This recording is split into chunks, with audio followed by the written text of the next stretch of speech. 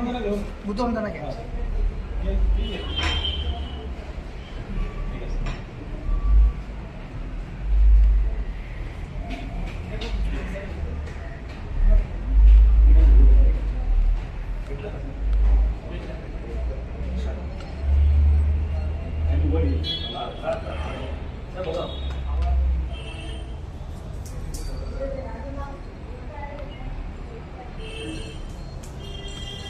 Doctor Babasaheb आंबेडकरांचा नमो तस् भगवतो अरहतो सम्मा सम्बुद्धस्स. नमो तस् भगवतो अरहतो सम्मा सम्बुद्धस्स. नमो तस् भगवतो अरहतो सम्मा सम्बुद्धस्स. बुद्धं शरणं गच्छामि, धम्मं शरणं गच्छामि, संघं शरणं गच्छामि, द्वितीयंपि बुद्धं शरणं गच्छामि, द्वितीयंपि धम्मं शरणं गच्छामि, द्वितीयं बुद्धं शरणं गच्छामि, तृतीयंपि धम्मं शरणं.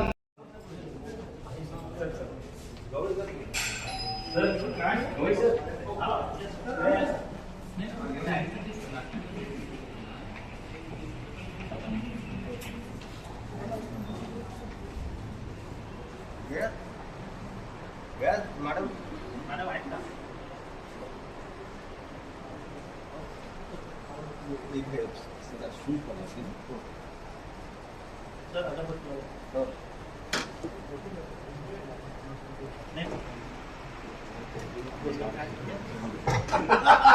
मी पण तिकडे डोळत आहे पेटवाई ना.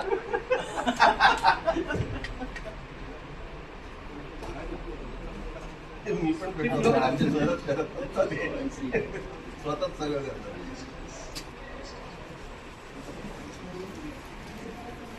बंद होतंय की नाही? अरे बंद होतंय की नाही?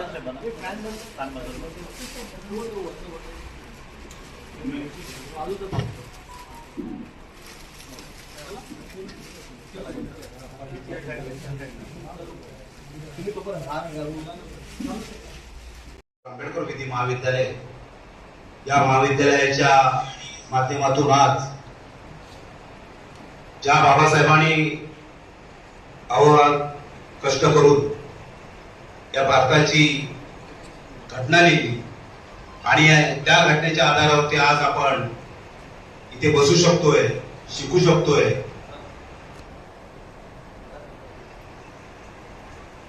त्यांच्या या घटनेची आज आपण इथे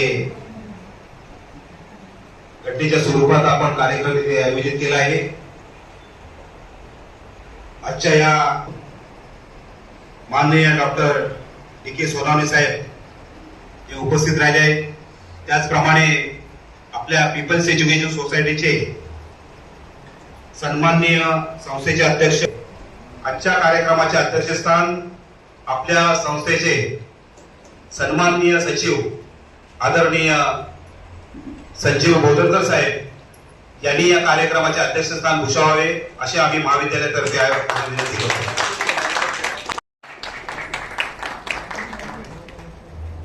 महाकारुणी तथागत गौतम बुद्ध, डॉक्टर बाबासाहेब आंबेडकर, छत्रपती शिवाजी महाराज, छत्रपती शाहू महाराज, महात्मा फुले व सर्व आदर्श यांना अभिवादन करतो. आपल्या संस्थेचे आदरणीय अध्यक्ष सरसेनानी आनंदराजे आंबेडकर जे काही कारणास्तव आज होऊ शकले नाही, त्यांची आचरण आपण समजू शकतो. आपल्या कॉलेजचे प्राचार्य गवई साहेब, सेक्रेटरी सचिव बोधनकर साहेब, आमचे मित्र advocate Gade saheb, professor doctor Shinde, professor doctor Sunarkar, माझे आणखी एक मित्र आहेत डॉक्टर, सर्व माझे मित्र विद्यार्थी बंधू आम्ही बरोबर 2 वर्षांपूर्वी 30 नोव्हेंबर 23ला मी या ठिकाणी व्याख्यानाकरता आलो होतो आणि शिंदे साहेबांना आठवत असेल की त्यामध्ये एक टायपिंग मिस्टेक झाली आणि मला फक्त 10 मिनिटाची वेळ दाखवली होती आणि त्या 10 मिनिटांमध्ये मी संपवलं. मला शिंदे साहेबांचा फोन आला की सर तुम्हाला आजच्या कार्यक्रमाला यायचं. माझे आज 3 कार्यक्रम, 4ला शक्य नव्हतं येणं कारण एक कार्यक्रम साधारणतः 7च्या सुमारास नाहूर या ठिकाणी आहे. परंतु गाडेसरांना माहीत आहे मी ज्या संस्थेमधून शिकलो, जिथून लॉ पूर्ण केलं, त्या PA सोसायटीचा कार्यक्रम नाकारणं माझे करता अशक्य. मित्रांनो, मला खूप घाई आहे, परंतु ज्याने मला घडवलेला आहे तो मला अतिशय मोठा आहे. हे लक्षात घ्या. या ठिकाणी सगळे विद्यार्थी आहेत, प्रोफेसर आहेत, राज्यघटना जाणताय तुम्ही. राज्यघटनेवरती अनेक वेळा बोललं जातं, वाचलं जातं, ऐकलं जातं. काही वेळेला खोटं असतं, काही वेळेला खरं असतं. काही वक्ते, काही नेते फक्त टाळ्या घेण्याकरता भाषण करतात आणि नितांत अगदी खोटं बोलून ते टाळ्या घेत असतात. मी मात्र कोणत्याही टाळ्याची अपेक्षा न करता मी असं ठरवलं की असा एखादा विषय घेऊ, कारण राज्यघटनेवरती कोणी बोलतंय 2 वर्ष 11 महिने 17 दिवस झाले वगैरे वगैरे वगैरे, किंवा फक्त 7 लोक होते, 7पैकी फक्त डॉक्टर आंबेडकरने घटना केली आणि ते ऐकून ऐकून आमचे कान आता फिकले. मध्यंतरी काही युट्यूबचे लोक आले होते माझ्याकडे मुलाखत घेण्याकडे. सर तुम्ही एखाद्या अशा आर्टिकलवरती बोला म्हणे की आम्ही ते प्रसिद्ध करू. म्हटलं कुठल्या आर्टिकलवर बोलू? म्हणे 32 वर बोला, 2026 वर बोला. म्हटलं बोलला का बोलणार नाही? कारण याच्यावरती आमचा एक LLBचा फर्स्ट इयरचा विद्यार्थी देखील बोलतो. तर असं काही एखादं आर्टिकल बोलय की जे प्रचारात नाही, पण महत्वाचं आहे. इथे आपण बरेचसे विद्यार्थी आहात लॉचे. तुम्ही आर्टिकल 12 माहित असेल की ज्या 12 मध्ये म्हटलेलं आहे काही नाही, it is definition of the state. मी यावरती बोलला म्हणजे सर कसं काय तुम्ही छोटं आर्टिकल आहे ते? खूप महत्वाचं आर्टिकल आहे. कारण 32 आणि 226 हे 12ला टच केल्याशिवाय पुढे जात नाही. 12 काय? फक्त राज्य, राज्याचं डेफिनेशन. गाडेसाहेब आपल्याला माहित आहे, आपण महाराष्ट्रात फिरतात. आमचा एखादा पक्ष संघटना असते, ज्या माणसाला त्याच्या बाजूला ओळखत नाही, गलीत ओळखत नाही, तो राष्ट्रीय अध्यक्ष.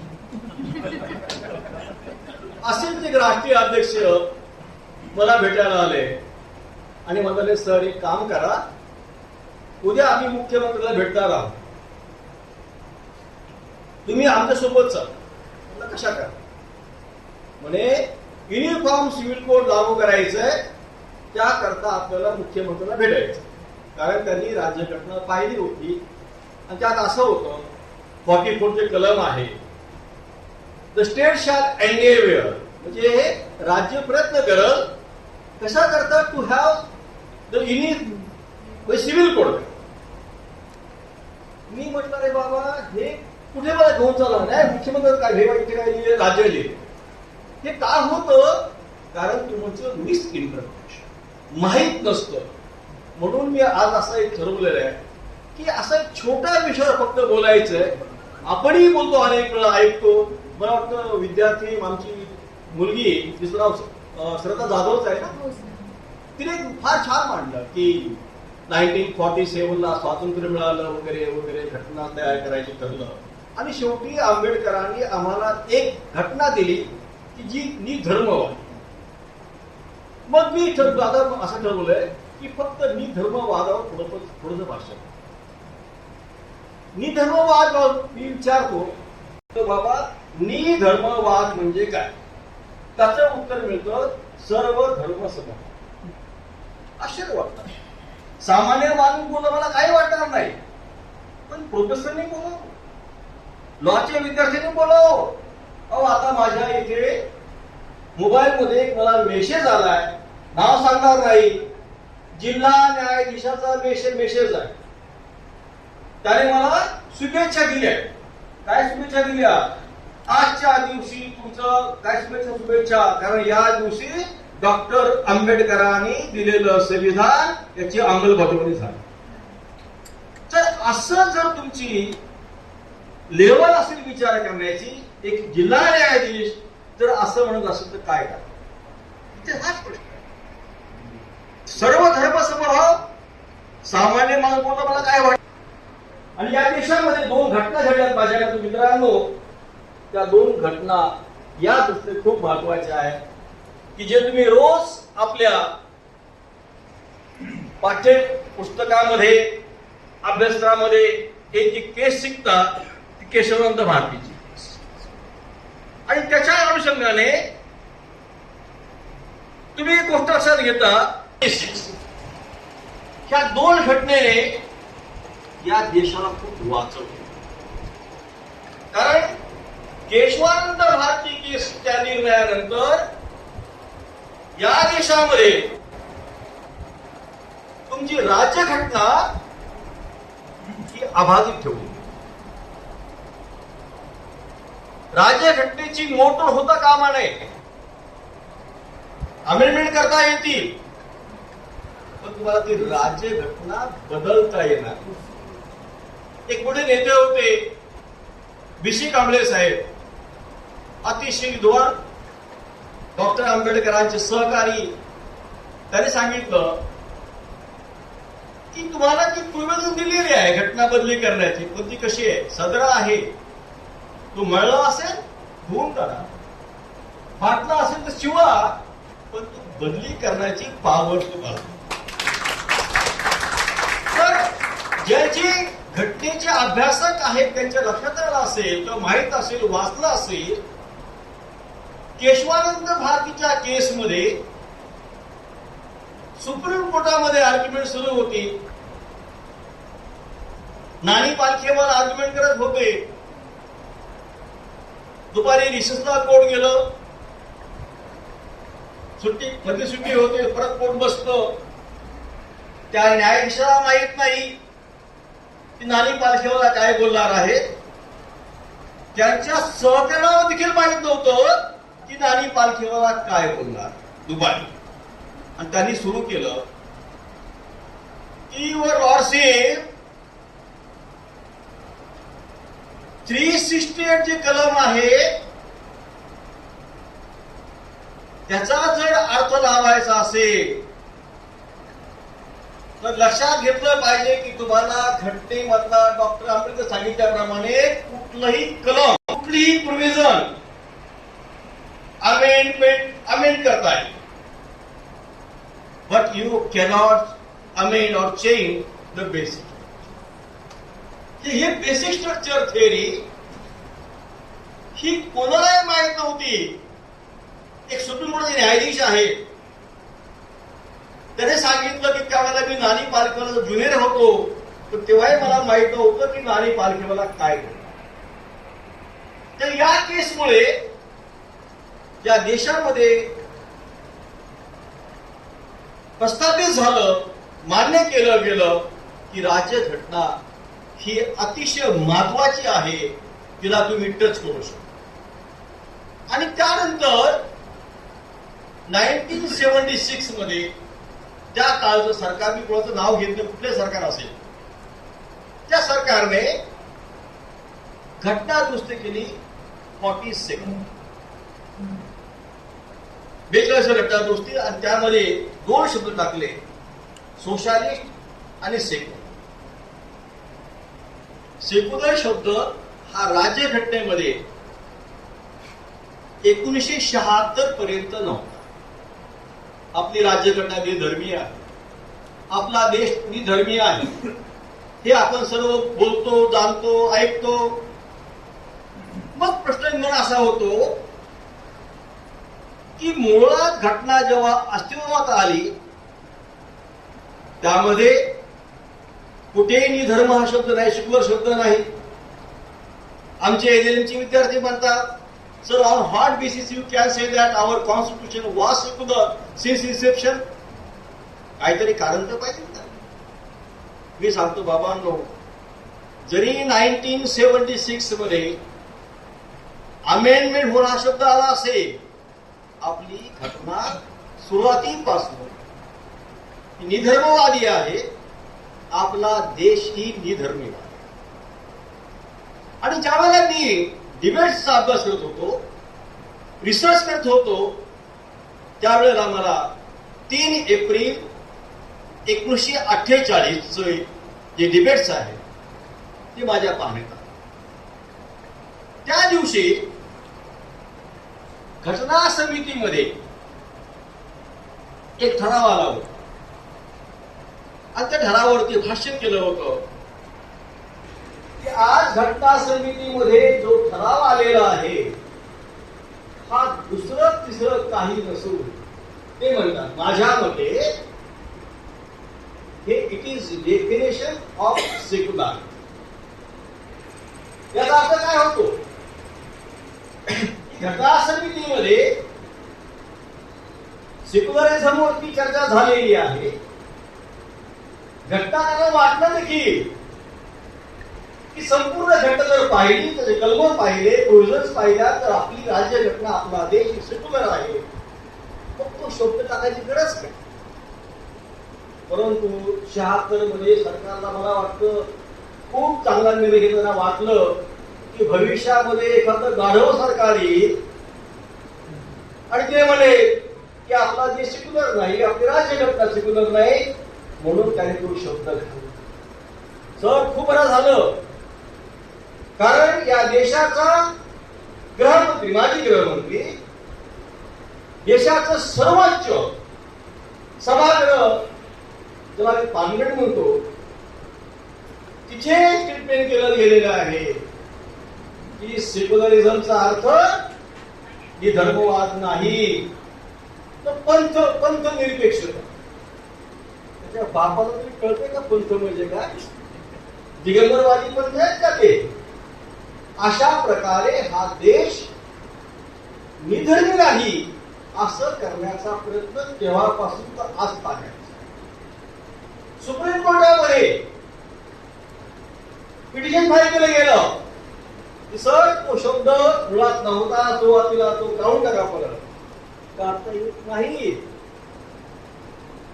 त्यांचं काय चाललेलं आहे की कोणत्या प्रकारे हा शब्द गेला तिथून की आम्ही आमची पुढची कारवाई करायला तयार. ही कारवाई काय आहे ते सांगण्याची मला वाटतं गरज आहे मित्रांनो. परंतु हा सेक्युलरचा जो शब्द आहे, ही संकल्पना आहे, की कुठं आली हे पाहणं देखील नव्हतं. एक इंग्लिश तत्ववेत्ता होता, त्याचं नाव जॉर्ज जॅकब हॉलिओ. त्याने सर्वप्रथम 1851 साली ही संकल्पना मांडली आणि प्रचलित केली. आणि आपल्या मॉडर्न भारतामध्ये ही संकल्पना पंडित नेहरू पंडित नेहरू का म्हणतो खूप महत्व आहे. तर उठून धरली होती, आंबेडकरांना सपोर्ट केला आहे. पंडित नेहरूंची पंचशील तत्व आणली, त्यावर देखील टीका केली जाते. मित्रांनो, एक लक्षात घ्या की ही संकल्पना 1851 पासून सुरू झालेली आहे भारतामध्ये. अरे भारतात उचलून धरलेली आहे. तुम्हाला आश्चर्य वाटेल विद्यार्थी तुम्ही लॉचे, इव्हन पाकिस्तान देखील निधर्मी हो. कारण 1946 ला 14 आणि 15च्या मध्यरात्री 2 देश झाले, पाकिस्तान आणि भारत. तर हे पाकिस्तान 1947 to 1955 पर्यंत शिकलो. परंतु 1956 साली पाकिस्तानने आपली स्वतःची राज्यघटना निर्माण केली आणि त्यांचा देश हा इस्लामिक देश आहे असं त्यांनी जाहीर केलं. आज जगामध्ये मित्रांनो 96 कंट्री 96 देश हे निधर्मी. निधर्मीवाद पुन्हा सांगतोय at the cost of limitation, सर्व धर्म समभाव. तर देशाला तुमच्या कोणताही धर्म, आपल्या देशाला कोणताही धर्म, सर्व धर्म आहे तिथे, पण देशाचा धर्म नाही ते तुम्हाला पुढे येणार आहे. काही देश आता निधर्मी झाले आहेत. 96 कंट्री निधर्मी आहेत. त्यामध्ये मगाशी म्हटल्याप्रमाणे घटनाकारांनी मात्र विचार केला होता की तो शब्दाची गरज नाही, कारण संपूर्ण राज्यघटना आपलीच ही मुळातच निधर्मी आहे. जर घटनेचे कलम 25, 26, 27, 28, 29, 30, 14, 15, 16, 44, 51 हे जर पाहिले आणि प्रियांबल पाहिलं तर लक्षात येईल या प्रत्येक कलमामध्ये, या प्रत्येक प्रोव्हिजन मध्ये काही नसून निधर्मीवाद. आमच्या देशात कुठला धर्म 14 कलम पाहना, कायद्या पुढे सर्व समान. हिंदूंकरता वेळा कायदा नाही, बौद्धांना वेळा कायदा नाही. थोडासा गाडे साहेब इथे एक आपण विद्यार्थी म्हणून दोघे आपण कायद्याचे विद्यार्थी आहोत. हे लक्षात घ्या की बौद्धांचा कायदा नाही. मग मी नाही म्हणतो तेव्हा काही लोक असे मागणी करत आहेत की बौद्धांना देखील कायदा, बौद्धांचा कायदा. मी आंबेडकरांचा अनुयायी आहे. आंबेडकरांचे विचार माझ्या करता सर्वस्व आहे, त्याच्या पुढे काही दिवसापूर्वी काही लोकांनी मुंबई मराठी पत्रकार संघामध्ये एक कार्यक्रम आयोजित केला आणि मागणी करणार होते ते की आम्हाला बौद्धांचा कायदा. आणि त्या आयोजकांनी सांगितलं काही लोकांना की तुम्ही जा आपल्या बौद्ध समाजामध्ये जे विचारवंत आहे, ज्यांचा अभ्यास आहे, त्याच्यावर काही प्रश्न घेऊन या, आम्ही त्यांची उत्तरं देऊ. ते लोक आले, नावं पाहिली त्यांची उत्तरं देणाऱ्याची. मी त्यांना म्हटलं वी डू रिस्पेक्ट. हे जे 3 नावं तुम्ही सांगितलेत ना, त्यांच्यापेक्षा या विषयाचा माझा अधिक अभ्यास. तर तुम्ही काय करा, मी वक्ता म्हणून येतो, मी बोलेल तिथे, माझी विचार मांडेल. त्यांनी मला बोलवलं, सभागृहात गेलो. सभागृहामध्ये 100% श्रोते हे बौद्ध कायद्याच्या बाजूचे आणि 100% वक्ते बौद्ध कायद्याच्या बाजूचे. मी म्हटलं ह्या सभागृहामध्ये आपण जे बोलणार आहोत ते उद्या छापलं जाणार आहे, कारण हे सभागृह आहे मुंबई मराठी पत्रकार संघाचं. तेव्हा माझा एक साधा प्रश्न आहे या विचारमंचावर बसलेल्या लोकांना की बाबांनो, तुमच्यामध्ये किती लोकांत हिंमत आहे सांगायचं जाऊन की बाबासाहेब चूक होते? किती लोकांना त्याची हिंमत सांगायची की मला बाबासाहेबांपेक्षा अधिक विचार मांडले. घटना समितीमध्ये डिबेट्स पहा, 35 कलम आहे मूळचं, त्यावरती आंबेडकरांचं भाष्य आहे. या देशाला पण एक कायदा असेल, युनिफॉर्म सिव्हिल कोड म्हणतात ते. आणि मग आम्ही कोण विचार मांडणारे की आम्हाला वेगळा कायदा द्या? या विषयावरती सुरुवातीपासून या देशामध्ये, या महाराष्ट्रामध्ये श्रद्धेय बाळासाहेब आंबेडकर, नेते दिवंगत नेते राजा भाऊ ढाले, मी स्वतः, माझे एक सहकारी न्यायाधीश अनिल वैद्य, आम्ही मात्र ठामपणे सांगतो की बौद्धांना वेगळा कायदा होऊ नये. तसे प्राधान्य आम्ही मांडत. तर हे सगळं होत असताना हा सेक्युलर संकल्पना घेऊन पुढे जातोय आपण, बाबासाहेबांचे विचार पुढे घेऊन जातोय आम्ही. कारण ह्या सेक्युलरिझम मध्ये तुम्हाला स्वातंत्र्य दिलेले आहे, तुम्हाला धार्मिक स्वातंत्र्य दिलेलं आहे आणि बांधवांनो हे स्वातंत्र्य फक्त तुमचा करता. या देशामध्ये फक्त काय in this country, in India, जो जो कोणी असेल, मग तो इंग्लंडचा असेल, अमेरिकेचा असेल किंवा मुस्लिम कंट्रीचा असेल, त्याला त्याच्या धर्माप्रमाणे या देशामध्ये पालन करा. कुठेही असं त्याला बंधन नसणार. माणसाला ते संस्था असतील त्याला देखील प्रोटेक्शन दिले. आणि तुम्ही सर्व जाणता दुसरी केस आहे केसार मुंबईची केस.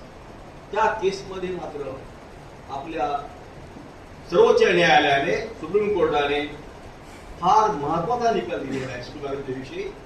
ते म्हणतात सेक्युलरिझम हे या देशाचं एक काय म्हणतात त्याला आरी आहे की ज्यावरून चित्र फिरतात. या देशामध्ये प्रत्येक धर्माचं, प्रत्येक माणसाचं, त्याच्या जीवनाचं, त्याच्या प्रॉपर्टीचं आणि त्याच्या प्रार्थना स्थळांचं रक्षण करण्याची जबाबदारी सरकारची आहे असं त्यांनी स्पष्ट म्हटलं. मित्रांनो, आपण जर प्रियांबल पाहिलं त्यामुळे तुम्हाला दिसेल की बाशी म्हटल्याप्रमाणे शहातील घटना गोष्टी सांगतात. आता थोडासा मी बाहेर जातो, कारण डॉक्टर आंबेडकरांचे विचार हे पाश्चिमात्य विचारसरणीशी खूप मिळते. या शब्दांनी सुरू होते. या दिवसाचे महत्व म्हणजे 26 नोव्हेंबर 1949 रोजी भारतीय संविधान स्वीकारले गेले हे आठवणे व त्यामागील न्याय, स्वातंत्र्य, समता आणि बंधुता या मूल्याचा आदर करणे हा दिवस संविधान सभेने संविधान स्वीकारल्याच्या आणि डॉक्टर बाबासाहेब आंबेडकर यांच्या योगदानाच्या स्मरणार्थ साजरा करत होतो. भारतीय संविधान स्वीकार केल्याच्या स्मरणार्थ दरवर्षी 26 नोव्हेंबर रोजी भारतात संविधान दिन साजरा केला जातो. भारतीय संविधान सभेने 26 नोव्हेंबर 1949 रोजी भारताचे संविधान स्वीकारले आणि 26 जानेवारी 1950 रोजी ते अंमलात आले. संविधानाचे महत्व हे आहे की देशासाठी सर्वोच्च कायदा म्हणून आणि नागरिकांचे हक्क आणि स्वातंत्र्य यांचे संरक्षण करणे, हे कायद्याचे राज्य सुनिश्चित करणे, सामाजिक सुव्यवस्था राखणे आणि देशाच्या राज्य करणे. संविधानाचं महत्वच आहे की सर्वोच्च कायदा म्हणून. संविधान हे देशाचे सर्वोच्च कायदा आणि आहे जे सरकारी रचना, कार्यपद्धती आणि अधिकार परिभाषित करते. त्यामुळे शासनातील एक सुव्यवस्थित चौकट तयार करते. संविधान सर्वांचे मूलभूत हक्कांचं संरक्षण करते. ते नागरिकांना भाषण स्वातंत्र्य, समानतेचा हक्क आणि इतर मूलभूत हक्क प्रदान करते आणि त्याचे संरक्षण सुद्धा करते. संविधान जेव्हापासून लागू केलं ते तेव्हापासून संपूर्ण कायद्याचे राज्य आहे. संविधान हे सुनिश्चित करते की सर्व नागरिक आणि संस्था कायद्याच्या अधीन आहेत आणि कायद्याचे राज्य प्रस्थापित करते. ते नागरिकांना न्याय, समानता आणि बंधुत्व यासारख्या मूल्यांना प्रोत्साहन देऊन सामाजिक सुव्यवस्था राखण्यात मदत करते. ते सरकार आणि नागरिकांच्या जबाबदाऱ्या निश्चित करते आणि त्यावरील संबंध स्पष्ट करते. या संविधान दिनानिमित्त आपण भारतीय म्हणून एकत्र येणाऱ्या न्याय, स्वातंत्र्य, समता आणि बंधुत्वाच्या मूल्यांचा सन्मान करूया. कॉलेजतर्फे, सोसायटीतर्फे, माझ्यातर्फे आणि मंचावर उपस्थित असणाऱ्या सर्वांतर्फे आपणा सर्वांना संविधान दिनाच्या हार्दिक शुभेच्छा. भगवान गौतम बुद्ध, महाराष्ट्राचे आराध्य दैवत छत्रपती शिवाजी महाराज, राजश्री शाहू महाराज, महात्मा ज्योतिबा फुले, तुमचे माझे उद्धारकर, या भारतीय राज्यघटनेचे शिल्पकार, बोधिसत्व परमपूज्य डॉक्टर बाबासाहेब आंबेडकर, माता जिजाई, माता रमाई, या महान पुरुषांना प्रथम अभिवादन. आज पीपल्स एज्युकेशन सोसायटीच्या माध्यमातून सुरू असलेले डॉक्टर बाबासाहेब आंबेडकर विधी महाविद्यालय, या महाविद्यालयामध्ये आज संविधान दिन मोठ्या उत्साहात साजरा होत आहे. सकाळीच doctor Ambedkar commerce and economics कॉलेजच्या माध्यमातून हा संविधान दिन साजरा झाला आणि आता सुद्धा आंबेडकर विधी महाविद्यालयाच्या माध्यमातून देखील हा संविधान दिन या ठिकाणी साजरा होत आहे. या दिनाला उपस्थित असलेले प्रमुख पाहुणे निवृत्त न्यायाधीश माननीय सोनवणे साहेब, त्याचप्रमाणे पीपल्स एज्युकेशन सोसायटीचे आमचे मार्गदर्शक संजीवजी बॉधनकर साहेब, त्याचप्रमाणे या संस्थेचे प्राचार्य, या कॉलेजचे प्राचार्य doctor Gavai sir, Sonkar sir व प्राचार्य, सर्व शिक्षक, शिक्षक कर्मचारी आणि माझे सर्व विद्यार्थी मित्र यांना संविधान दिनाच्या हार्दिक हार्दिक शुभेच्छा. खऱ्या अर्थाने आताच आमच्या विद्यार्थिनी आणि मित्रांनी अतिशय चांगल्या पद्धतीने संविधानाची व्याख्या आपल्या समोर मांडली आणि मला वाटते अधिकरित्या अजून चांगल्या पद्धतीने संविधान सांगण्यासाठी आमचे निवृत्त न्यायाधीश सोनवणे साहेब या ठिकाणी आलेले आहेत. मी जास्त वेळ त्यांना देणार आहे, पण फक्त थोडीच पार्श्वभूमी पीपल्स एज्युकेशन सोसायटीच्या माध्यमातून मी आपल्या समोर मांडत आहे. आपल्या सगळ्यांना माहित आहे, अभिमान वाटला पाहिजे की ह्या देशाचं संविधान ज्यांनी लिहिलं ते परमपूज्य डॉक्टर बाबासाहेब आंबेडकर आणि त्यांनीच निर्माण केलेली पीपल्स एज्युकेशन सोसायटी आणि त्या कॉलेजचे आपण विद्यार्थी आहोत, आपण शिक्षक आहोत, स्टाफ आहोत. या ठिकाणी अभिमान वाटला पाहिजे अशी गोष्ट या ठिकाणी असं मला वाटते. आपल्या सगळ्यांना माहित असेल, या पीपल्स एज्युकेशन सोसायटीच्या निर्मितीसाठी आता मधल्या काळात म्हणजे काही दिवसापूर्वी सरकारने 500 कोटीची निधी या पीपल्स एज्युकेशन सोसायटीच्या डेव्हलपमेंटसाठी देण्याचं एक GR त्या ठिकाणी पारित केला. हे सर्व श्रेय माननीय या पीपल्स एज्युकेशन सोसायटीचे चेअरमन डॉक्टर बाबासाहेब आंबेडकरांचे नातू माननीय आनंदाजी आंबेडकर साहेबांना जात आहे. कारण गेल्या अनेक वर्षापासून पीपल्स एज्युकेशन सोसायटीमध्ये होणाऱ्या अनेक गोष्टीला साहेबांनी जवळून पाहिलेलं आहे आणि त्याची डेव्हलपमेंट होणे ही अपेक्षित आहे.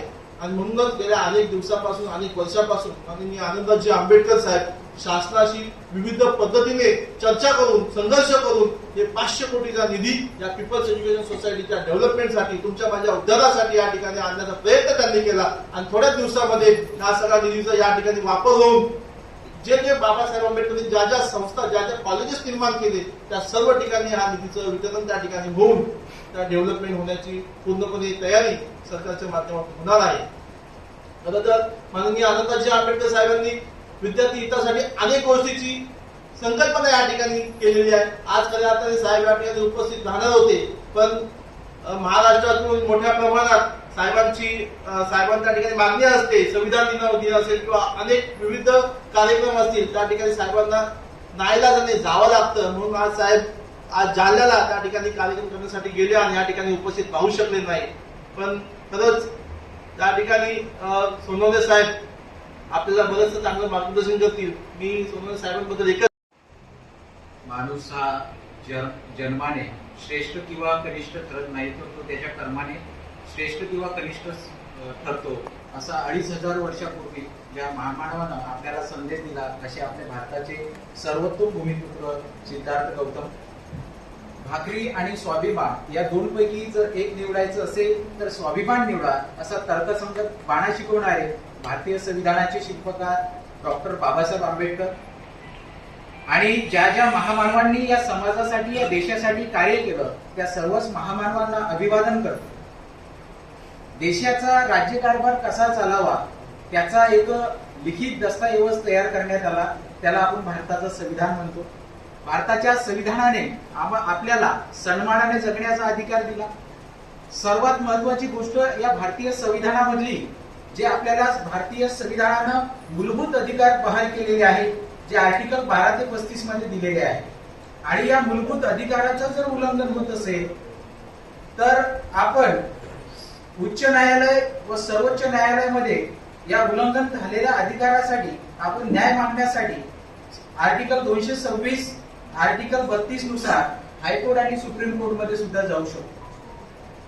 सरांनी जसं सांगितलं की संविधान कितीही चांगले असलं त्याला राबवणारे जर हात चांगले नसतील तर ते संविधान वाईट ठरल्याशिवाय राहणार नाही. डॉक्टर बाबासाहेब आंबेडकरांचं हे संविधान सभेतलं शेवटचं भाषण होतं आणि संविधान कितीही वाईट असलं पण त्याला राबवणारे हात जर प्रामाणिक असतील तर ते संविधान चांगलं ठरल्याशिवाय राहणार नाही. एखाद्याला जर असं प्रश्न पडला की संविधान सर्वोच्च कसं, सुप्रीम कसं, तर मी असं म्हणेन की संसद असावं संविधान सांगतं, राज्यसभा लोकसभा असावी संविधान सांगतं, उच्च न्यायालय असावं संविधान सांगतं, सर्वोच्च न्यायालय असावं संविधान. Vice Principal Dr. Solkar sir, Professor Dr. Shinde sir, and our guest of honor, Dr. D.K. Sunane sir, and other members. I welcome you all, and also my fellow classmates. It gives me immense pleasure to welcome you all to this special program organized by our college. Let us talk togetherness. संविधानाचा Amrit Mahotsav वर्ष 26 November 2025. 26 November ही फक्त तारीख नाही, तर ती ऐतिहासिक वेळ आहे ज्या दिवशी भारताने स्वतःची ओळख, स्वाभिमान आणि भविष्य लिहिलं. 1947 रोजी भारत स्वतंत्र तर झाला, पण देशापुढे खूप मोठे प्रश्न होते की आता हा देश चालणार नक्की कोणत्या कायद्याने, लोकांचे हक्क ठरवणार कोण, समानता, हक्क आणि न्याय मिळणार तरी कसा. आणि याच प्रश्नांची उत्तरं मिळण्यासाठी तयार करण्यात आली घटना समिती, कॉन्स्टिट्युएंट असेंब्ली. या देशभरातून 389 सदस्यांची निवड करण्यात आली. विविध मतं, विविध विचार, पण ध्येय एकच, भारतासाठी मजबूत असं न्याय आणि सर्वसमावेशक संविधान निर्माण करण्याचं. आणि या कार्याचं नेतृत्व करण्याची जबाबदारी देण्यात आली ती डॉक्टर बाबासाहेब रामजी आंबेडकर यांना. अथक मेहनत, 166 पेक्षा जास्त बैठका, हजारो चर्चा, शेकडो सुधारणा आणि त्यानंतर 2 वर्ष 18 महिने आणि 11 दिवसांनी संविधानाचं कामकाज पूर्ण झालं. आणि हे पूर्ण करून भारताने अधिक हाच तो दिवस संविधान दिवस म्हणून साजरा केला जातो. दिनरात मेहनत करून त्यांनी हे संविधानाचं लिखाण पूर्ण केलं होतं. त्यासाठी आताच मी सांगितलं त्याप्रमाणे 2 वर्ष येतो की भारत हा फक्त देश नाही, तर स्वतंत्र, समता आणि न्याय याचं जिवंत उदाहरण आहे. संयोजकांनी मला इथे बोलण्याची संधी दिली त्याबद्दल मी अत्यंत व्यक्त करतो. सर्वसामान्य माणसाच्या झोपडीपर्यंत शिक्षणाची गंगा पोचवणारा, देशातील विषमता नष्ट करण्यासाठी ज्यांनी अतुलात प्रयत्न केले ते क्रांतिसूर्य महात्मा ज्योतिराव फुले. आरक्षणाचे जनक छत्रपती शाहू महाराज, स्वराज्य संस्थापक छत्रपती शिवाजी महाराज, माता रमाई, माता भीमाई, माता अहिल्याबाई होळकर अशा या पवित्र स्मृतींना प्रथमतः मी अभिवादन करतो. तर आज आपण 26 नोव्हेंबर राज्यघटनेचा वर्धापन 76वा जयंती महोत्सव आपण यासाठी साजरा करण्यासाठी जमलेलो आहोत. तर बोलण्याची संधी नव्हती, विचार करण्यावर सुद्धा बंदी होती. संविधानामुळे झाला औषध काल, जिथे रात्र अंधारे होती. 26 नोव्हेंबर 1949 रोजी संविधान सभेचे अध्यक्ष डॉक्टर राजेंद्र प्रसाद.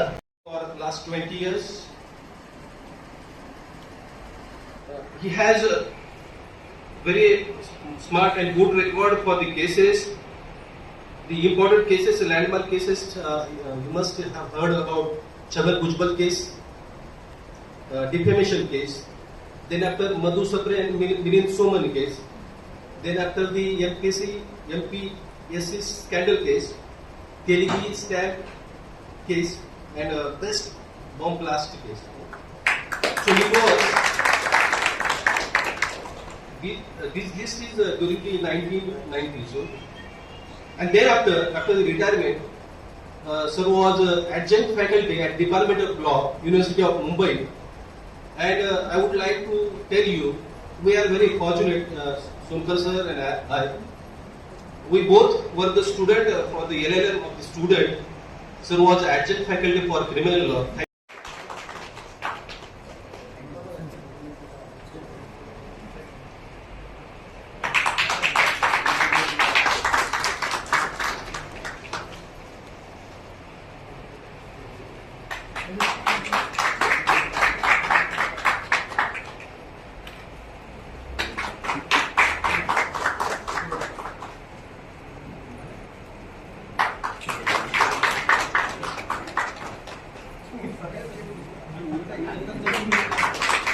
आणि सगळ्यात शेवटी मी नितीन पवार.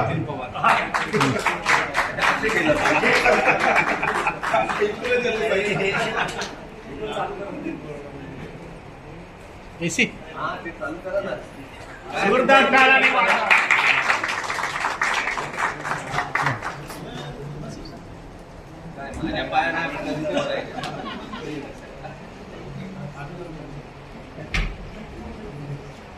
धन्यवाद. यानंतर आपण या कार्यक्रमाची रिहर्सल सुरुवात करीत आहोत. पुढील कार्यक्रमाचा परिचय म्हणून आपल्या महाविद्यालयाचे allow to say about one more things. On behalf of our People Education Society, Ambedkar Law College, our respected Chairman Sir, our Vice Chairman Sir, our Principal, our Vice Principal, teaching staff, and non-teaching staff, and my dear students. On behalf of all,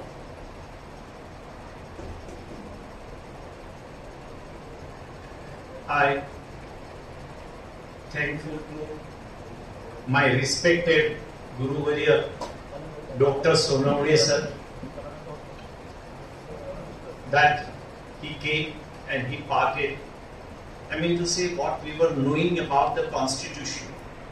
So I always tell students, संविधान मत करो, संविधान शब्द की परिभाषा समझो. जब वो समझ में आ जाएगी तो आपको बाबा साहेब समझ में आ जाएगा. और बाबा साहब के नाम की चिट्ठी फाड़ना बंद कर दो. तुम उनके जूते की शून्य के बराबर नहीं हो. आज मैं खुद यहां पर जो हूं उसका मैं बाबा साहब को देखा. I am not Buddhist, not I am अम्बेडकरवादी भी नहीं.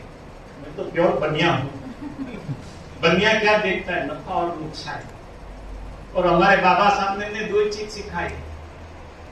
वो दोनों में से जो अच्छा है उसका स्वीकार करो और इम्प्लीमेंट करो. लेकिन बाबा साहब ने जो प्रोफेसी, जिसे हम प्रोफेसी कहते हैं, वो कही कि यदि संविधान अच्छे के हाथ में होगा तो अच्छा होगा और बुरे के हाथ में होगा तो बुरा होगा. ये शब्द सर जो मुझे चुभता है. अर्थात मैं यहां पर चर्चिल का शब्द को मैं दोहराता हूं. हिंदुस्तान आजादी के लायक नहीं है. यदि आजादी दी भी गई तो भूखे भेड़िए जनता को नोच नोच कर खा जाए. बाबा साहब का जो शब्द यहां टैली हो रहा है आज हमारे समाज में. मैं तो दलित ही हूं, जन्म से भले मैं ब्राह्मण हूं, लेकिन मैं दलित हूं. क्यों सर? मैं ऐसी जगह जाता हूं, दलितों की अवस्था देख के मुझे दुख होता है. ये मेरी आत्मा रो रही है. हमारे समाज को, हमारे समाज के गरीबों के प्रति कोई भाव नहीं है. यदि हमारे समाज के अंदर क्रीमी लेयर पॉइंट्स आ जाए सर, तो मैं दावे के साथ कहता हूं कि 10 साल के अंदर हमारा दलित समाज दलित नहीं हो सकता है सर, लेकिन किसी के दिल में वो भावना ही नहीं है। तो सर के बारे में मैं तो sir I am rectifying one word, that is vote of thanks. I will use word of gratitude. The vote of thanks मतलब एक दुनियादारी है, सर आए तारीफ किया ताली बजाए sir, but word of gratitude means what? जब भी हमारे सर हम मिलते तो हम एक दूसरे को गले लगाते हैं, इसे वर्ड ऑफ ग्रेटिट्यूड कहते हैं। और आज भी मैं आपको बताऊं, आज सुबह में सर मैंने आपको याद किया था, और जो आपको मानने वाले उन्हीं से बात है। किंवा तुम्हाला सुनकर सर आपले सोनवणे सर भेटताय का? मी म्हटलं सरांची भेट होत नाही, आणि कदाचित भेट झाली तर आम्हाला खूप खूप आनंद वाटतो। आणि मी म्हणतोय की सोनवणे सरांचा रूपात आज बाबासाहेब आंबेडकर स्वतः आले होते आणि त्यांनीच हे भाषण दिलेलं आहे।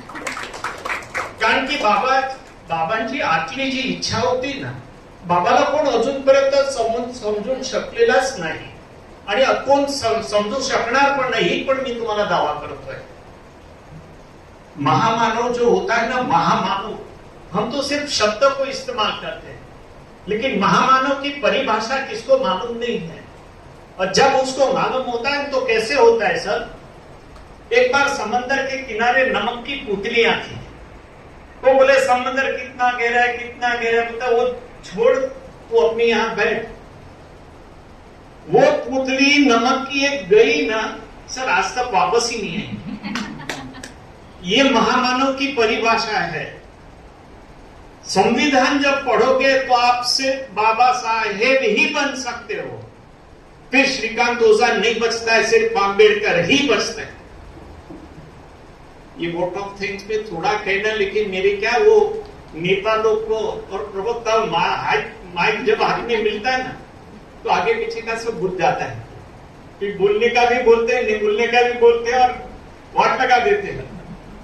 तो एक मिनिस्टर गए थे उद्घाटन में, उन्होंने कहा ये संस्था फूले फले आगे बढ़े, हमारा सहकार है। तो कौन सा था मालूम है सर? वो विधवा के पुनर्लग्न था। तो एक ने प्रश्न किया, साहब ये बहन कब विधवा हो गए तो मैं उसके साथ शादी करूं। सीधा फन शब्द की मारामारी। मतलब मैं यहां में संविधान के बारे में कह रहा हूं, संविधान का एक एक शब्द को जब आप पियोगे ना, तब आपको पता चलेगा कि संविधान क्या है। सर ये फंडामेंटल राइट का कॉन्सेप्ट जो है वो टोटली गलत है। That is a western concept. Indian concept is about the duties, and therefore we had a joint family. हमारा संयुक्त परिवार था। 1950 से 86 तक हमारा संयुक्त परिवार था, उसके बाद एबॉलिश होते गए। आज हम प्लेटिनम फैमिली पर आ गए।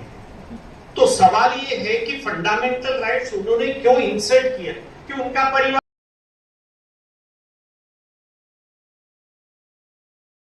छोटा है। अभी Ambani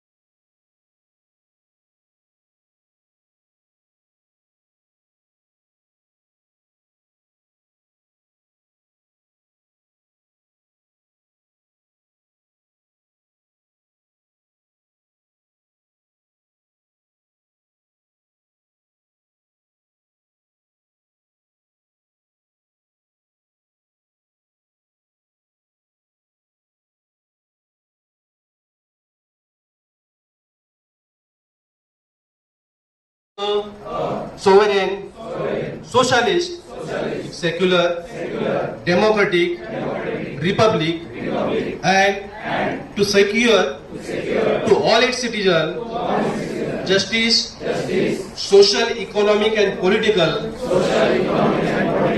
liberty of thoughts, expression, belief, faith, and worship, equality of status and of opportunity, and to promote among them all fraternity, assuring the dignity of individual and the unity and integrity of the nation. In our Constituent Assembly, this 26th day of November 1949, do hereby adopt, enact, give to ourselves this Constitution. Jai Samvidhan. Jai Bhim.